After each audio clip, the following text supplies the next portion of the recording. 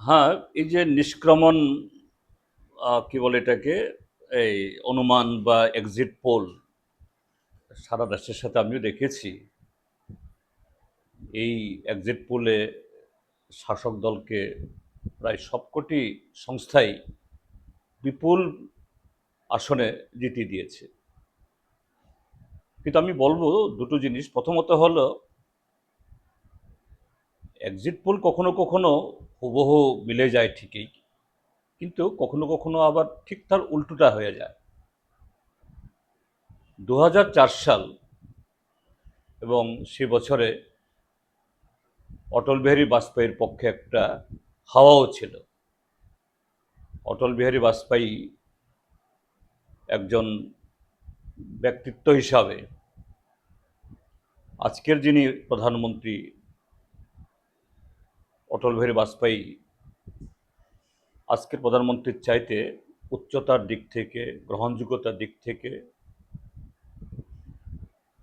হিমালয়ের সাথে মাটির, অর্থাৎ এই ধরনের পার্থক্য।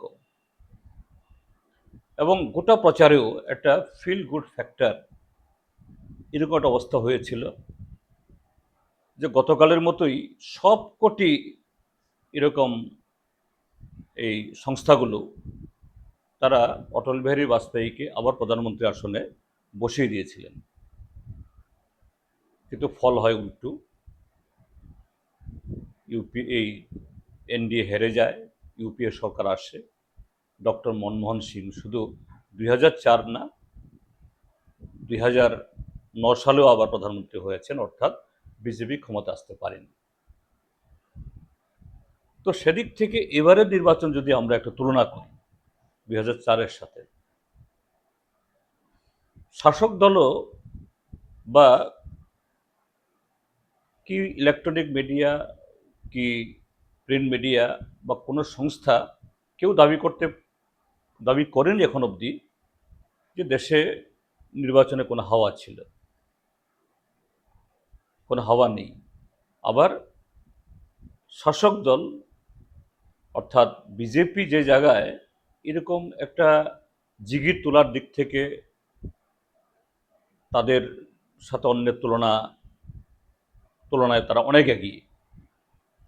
যেমন 2014 সালে আচ্ছে দিনের আওয়াজ, তারপর 2019-এ এসে সেই পুলওয়ামার হাওয়া, সার্জিক্যাল স্ট্রাইক, এভাবে 14 সালেও জিতেছিলেন, 2019 সালেও জিতেছিলেন। কিন্তু এবার বহু চেষ্টা করার পরও কোনো হাওয়া তুলতে পারেননি।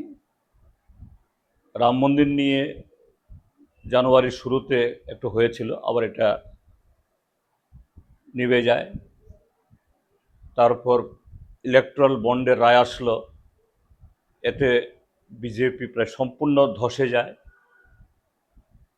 এবং যে স্লোগান দিয়ে তারা নেমেছিল আব কি বার 400 পার, বিজেপি 370, শেষ পর্যন্ত বিজেপির স্লোগানে, বিজেপির প্রচারে, এবং মোদি তাদের সবচেয়ে বড় ক্যাম্পেইনার, তিনি তো মানে 100-র মধ্যে 99, তার মুখ থেকেও এই মোদি গ্যারান্টি, আব কি বার 400 পার এগুলো প্রায় বিদায় হয়ে যায়।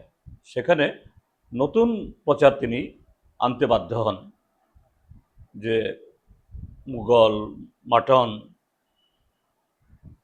মঙ্গলসূত্র, এবং শেষ মুহূর্তে আরও একেবারে জঘন্য যে সে জায়গা চলে যায়। তো এই জায়গায় দাঁড়িয়ে কোনো হাওয়া নেই,